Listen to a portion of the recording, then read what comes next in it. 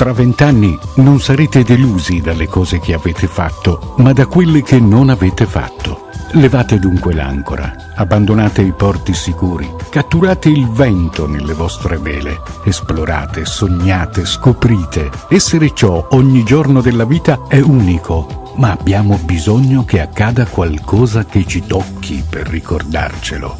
Non importa se otteniamo dei risultati o meno, se facciamo bella figura o no, in fin dei conti l'essenziale per la maggior parte di noi è qualcosa che non si vede, ma si percepisce nel cuore. Un cammino fatto di rarissimi momenti di grande intensità e di innumerevoli intervalli. La maggior parte degli uomini però, non conoscendo i momenti magici, finisce col vivere solo gli intervalli.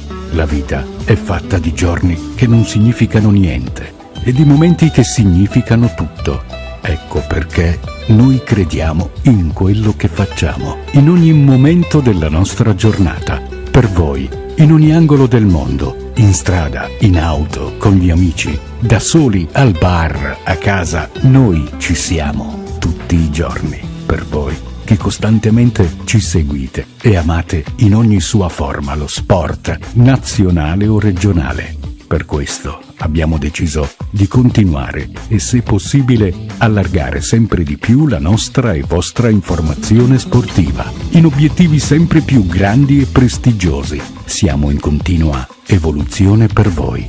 Grazie.